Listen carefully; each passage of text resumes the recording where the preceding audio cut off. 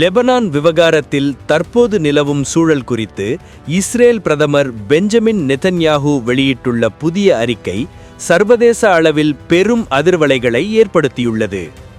Lebanon மீதான தாக்குதல்களை Israel குறைத்துக் கொள்ளும் என்று அமெரிக்க ஜனாதிபதி டொனால்ட் ட்ரம்ப் முன்னதாக தெரிவித்திருந்த நிலையில் அதற்கு முற்றிலும் மாறாக போர் நிறுத்தம் என்ற பேச்சுக்கே இடமில்லை என நெதன்யாஹூ திட்டவட்டமாக தெரிவித்துள்ளார்.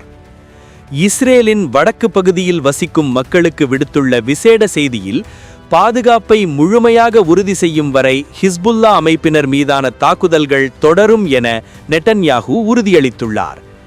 ஹிஸ்புல்லா அமைப்பை முழு பலத்துடன் இஸ்ரேல் தொடர்ந்து தாக்கும் என்றும் அந்த அமைப்பை முழுமையாக நிராயுதபாணியாக்குவதே இஸ்ரேலின் இறுதி இலக்கு என்றும் அவர் மீண்டும் வலியுறுத்தியுள்ளார்.